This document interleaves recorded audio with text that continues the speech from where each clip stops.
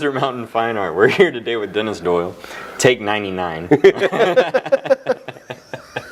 He's a hard guy to film. No, I'm just joking. No, we're really excited to have your work here in the gallery. This man's also responsible for, well, the build, getting everything done. He has more blood, sweat, and tears in this gallery than anybody but maybe Gabby. And Philip. Well, mostly they're all crying because of the things I did.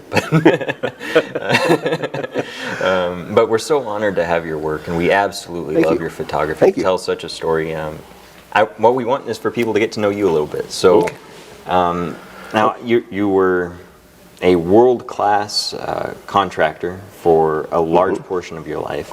Right.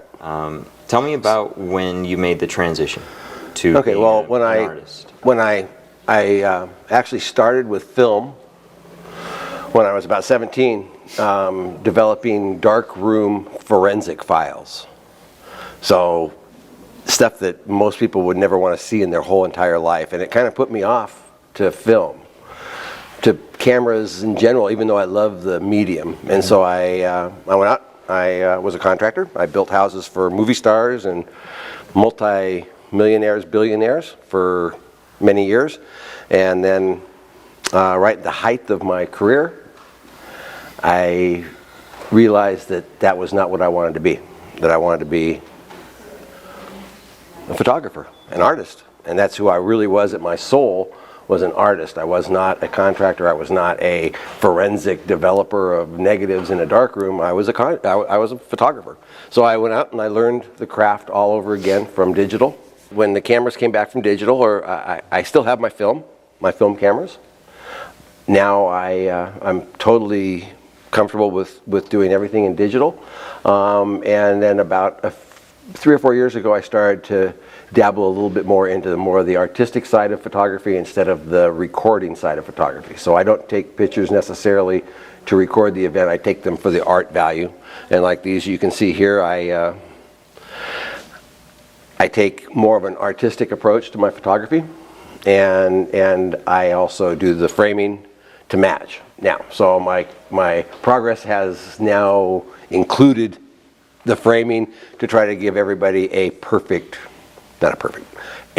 reasonable idea of what the whole scene looks like and feels like, not just a photograph, but the feel of the wood, the depth of the wood, a little bit more than just a two-dimensional representation of what I saw. I'm giving the public a chance to get a feel for what these old places were.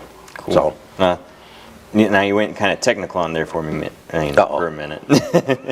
No, but what I really want to share with people is I remember you telling me a story a while back over a happy hour, I reckon.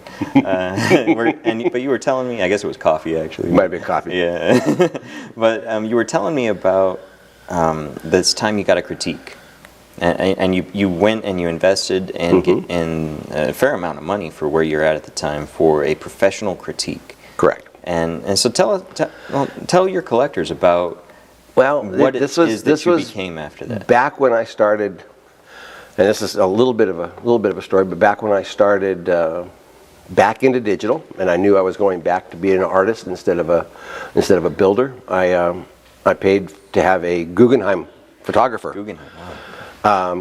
Give me a critique, and I had a 2-hour critique with one of the most famous photographers around, and I brought my portfolio in, and I brought it in to him, and he looked through it, and we talked a little bit. What did he do with the photos? And as he opened it up, he went through the photos. He took each photo out of, in these days it was a plastic sleeve. He took it out of a plastic sleeve, he looked at it, and threw it on the floor. Then he looked at the next photo, pulled it out of the plastic sleeve, looked at it, threw it on the floor. The third photo, he pulled it out of the plastic sleeve, looked at it, tore it in half, threw it on the floor. Oh, man. I had just started back into photography, and I'm not much of a crier, but if I was, I would be crying.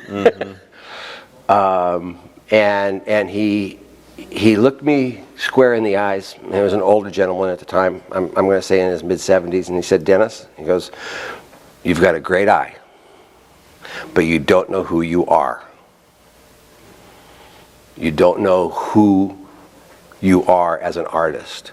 He goes, "Are you a photographer? Are you a painter? Are you a newsman? Are you a videographer? Who are you? I can't tell." He goes, "You have good images, but they're not quality images. You need to decide who you are. And when you decide who you are, you will then be an artist." Yeah.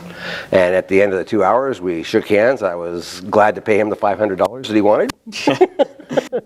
And he was right. And so I spent the next year trying to decide who I was.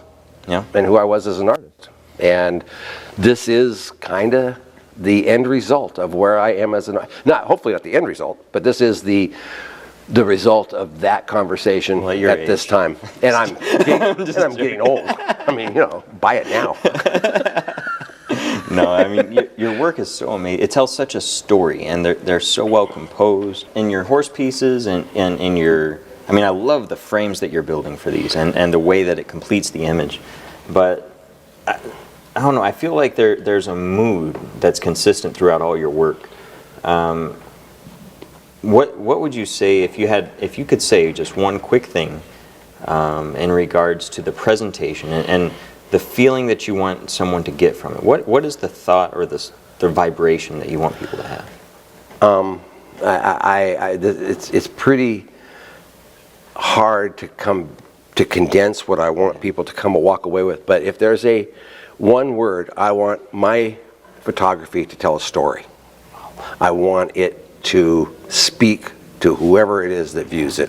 If you look at this, I want you to imagine yourself there. Mm-hmm. When you see the horse, this is a wild Mustang out of northern Nevada. When you see the horse, I want you to see the spirit and the heart more than just the image of the horse. So and one of the visitors we had through there looking at one of your homes, and I thought it was so perfect what they said about it. They said that they felt like they were that house.